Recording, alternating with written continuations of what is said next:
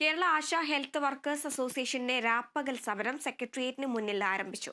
സംസ്ഥാന ബജറ്റിൽ ആശാ വർക്കർമാരോട് സർക്കാർ അവഗണന കാണിച്ചെന്നാരോപിച്ചാണ് പ്രതിഷേധം. 3 മാസത്തെ വേതനം കുടിശ്ശിക ഉടനടി നൽകുക, ഓണറേറിയം വർദ്ധിപ്പിക്കുക തുടങ്ങിയ ആവശ്യങ്ങൾ ഉന്നയിച്ചാണ് സമരം. കഴിഞ്ഞ 18 വർഷമായി ആരോഗ്യമേഖലയ്ക്ക് വേണ്ടി രാപ്പകൽ പണിയെടുക്കുന്ന 27,000-ഓളം വരുന്ന ആശാവർക്കർമാർക്ക് ലഭിക്കുന്ന തുച്ഛമായ വേതനം പോലും ലഭിച്ചിട്ട് 3 മാസമായതായി ജീവനക്കാർ പറയുന്നു. അടിസ്ഥാന ആവശ്യങ്ങൾ ബജറ്റിൽ പരിഗണിക്കണമെന്നാവശ്യപ്പെട്ട് വകുപ്പ് മന്ത്രിക്കും ധനകാര്യമന്ത്രിക്കും അസോസിയേഷൻ പലതവണ നിവേദനം നൽകിയിരുന്നു. ജനുവരിയിൽ സെക്രട്ടേറിയറ്റ് മാർച്ചും നടത്തി.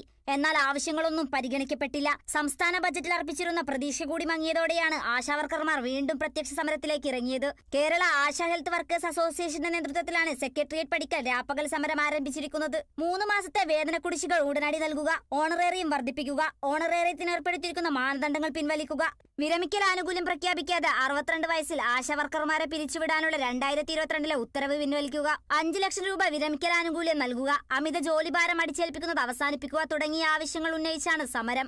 Kerala vision news, Thiruvananthapuram.